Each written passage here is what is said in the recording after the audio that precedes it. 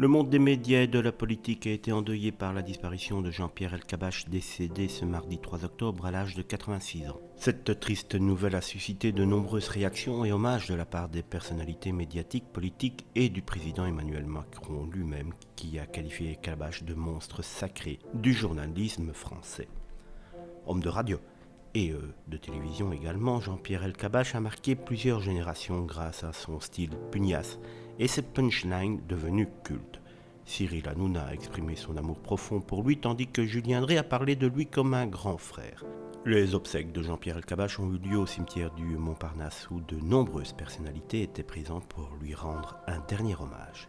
Michel Drucker, qui était un ami proche du regretté journaliste, s'est exprimé avec émotion sur sa disparition. Il a partagé ses souvenirs de leur longue amitié remontant jusqu'en 1968, quand ils ont été tous deux virés de leur emploi respectif pour avoir participé au mouvement de contestation de l'époque.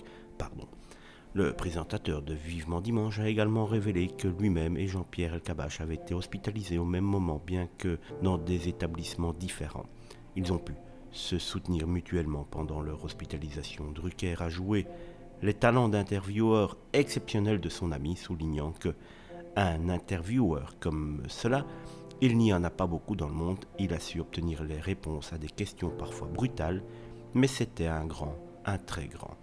La disparition de Jean-Pierre Elkabbach a laissé un vide dans le monde du journalisme français, mais son héritage perdurera à travers ses interviews mémorables et son influence durable sur la profession.